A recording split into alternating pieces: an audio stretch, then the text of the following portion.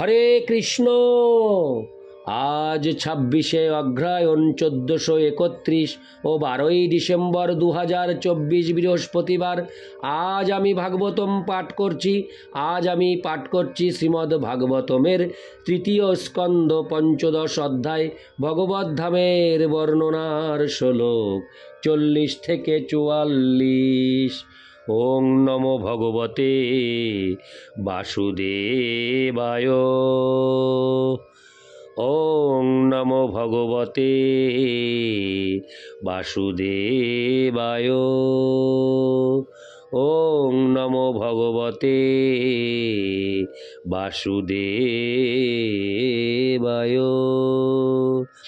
হরে কৃষ্ণ কৃষ্ণ কৃষ্ণ হরে হরে, হরে রাম রাম রাম হরে হরে। শ্লোক 40। পিতাংশুকে পৃথুনীতম্বিনী বিস্ফুরন্তা কাঞ্চালিভির্বিরুতয়া বনমালয়া চ বল্গুপ্রকষ্ট বলয়ং বিনোতা সুতাংশে বিনস্ত হস্তমিতরেণ ধুনানোমোবজম। অনুবাদ। তার বিশাল নিতম্ব প্রদেশে পীত বসনের উপর কোটিভূষণ শোভা পাচ্ছে। তার বক্ষস্থলে বনমালা সুশোভিত, যাতে অলিকুল গুঞ্জন করে এক বিশেষ বৈশিষ্ট্য প্রদান করছিল। তার সুন্দর মণিবন্ধে বলয় শোভা পাচ্ছিল। তার এক হাত তার বাহন গরুড়ের স্কন্ধে ন্যস্ত ছিল এবং অন্য হাতে তিনি একটি পদ্ম ঘোরাচ্ছিলেন। তাৎপর্য: ঋষিরা ব্যক্তিগতভাবে পরমেশ্বর ভগবানকে যেইভাবে দর্শন করেছিলেন তার পূর্ণ বর্ণনা এখানে দেওয়া হয়েছে। ভগবানের শ্রীঅঙ্গ পীতবসনের দ্বারা আবৃত ছিল এবং তার কোটিদেশ ছিল ক্ষীণ। বৈকুণ্ঠলোকে ভগবানের বক্ষে অথবা তার কোনো পার্শ্বদের বক্ষের উপর যখন কোনো ফুলের মালা থাকে, তখন গুঞ্জনরত অলিকুলও সেখানে থাকে বলে বর্ণনা করা হয়েছে। এই সমস্ত লক্ষণ ভক্তদের কাছে অত্যন্ত মনোরম এবং আকর্ষণীয়। ভগবানের এক হাত তার বাহন গরুড়ের উপর ন্যস্ত ছিল এবং অপর হাতে তিনি একটি পদ্মফুল ঘোরাচ্ছিলেন।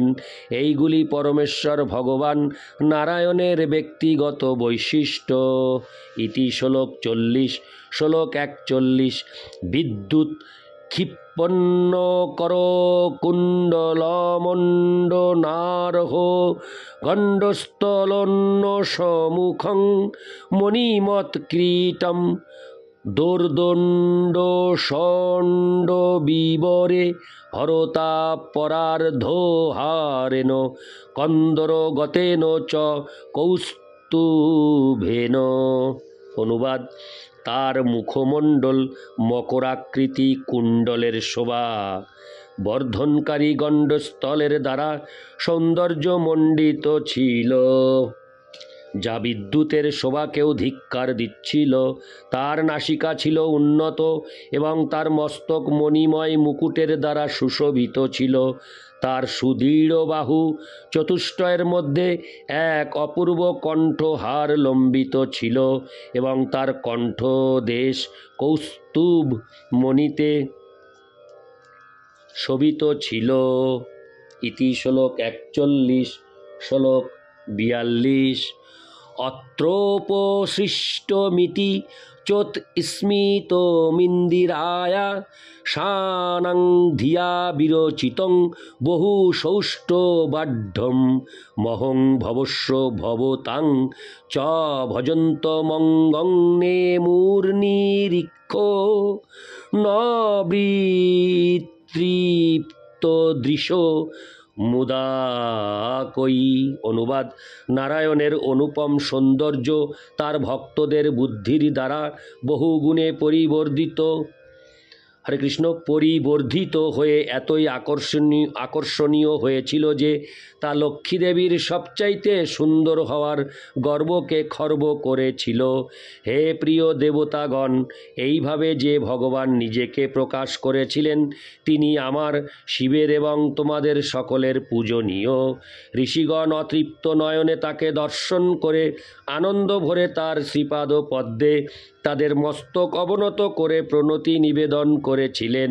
তাৎপর্য: ভগবানের সৌন্দর্য এতই মনোমুগ্ধকর যে পর্যাপ্ত রূপে তার বর্ণনা করা যায় না। ভগবানের চিন্ময় ও জড় সৃষ্টিতে লক্ষ্মীদেবীকে সবচাইতে সুন্দর বলে বিবেচনা করা হয় এবং তিনি নিজেকে সবচাইতে সুন্দর বলে গর্ব অনুভব করেন, কিন্তু ভগবানের সৌন্দর্যের কাছে তার সৌন্দর্য পরাভূত হয়েছিল। পক্ষান্তরে বলা যায় যে ভগবানের উপস্থিতিতে লক্ষ্মীদেবীর সৌন্দর্য হচ্ছে গৌণ। বৈষ্ণব কবির ভাষায় ভগবানের সৌন্দর্য এতই মনোমুগ্ধকর যে তা শত সহস্র কামদেবকে পরাভূত করে, তাই তাকে বলা হয় মদন মোহন।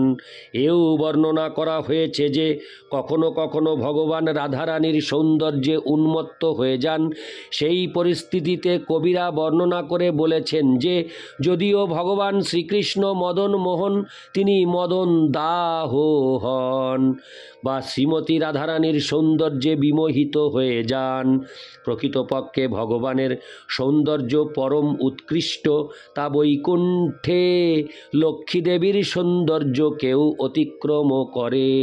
বৈকুণ্ঠ লোকে ভগবদ ভক্তেরা ভগবানকে সবচাইতে সুন্দর রূপে দর্শন করতে চান, কিন্তু গোলক বা কৃষ্ণলোকের ভক্তেরা শ্রীমতী রাধারানীকে কৃষ্ণের থেকেও অধিক সুন্দর রূপে দর্শন করতে চান। তার সামঞ্জস্য এইভাবে হয় যে ভগবান ভক্ত বৎসল হওয়ার ফলে তিনি এমন রূপ ধারণ করেন যা দর্শন করে ব্রহ্মা, শিব এবং অন্যান্য দেবতারা হর্ষিত হতে পারেন। এখানেও মহর্ষি ভক্ত কুমারদের জন্য ভগবান তার সবচাইতে সুন্দর রূপে আবির্ভূত হয়েছিলেন এবং তাকে অপলক নেত্রে দর্শন করেও তাদের তৃপ্তি হচ্ছিল না এবং তারা তাকে নিরন্তর আরও বেশি করে দেখতে চেয়েছিলেন। ইতি শ্লোক 42। শ্লোক 43। তস্যারবিন্দ নয়নস্য পদারবিন্দ কিঞ্জল্ক মিশ্র তুলসী মকরন্দ বায়ু অন্তর্গত সবিবরেণ চকার তেষাং সংজ্ঞাভমক্ষর জুষামপি চিত্ততন্ন।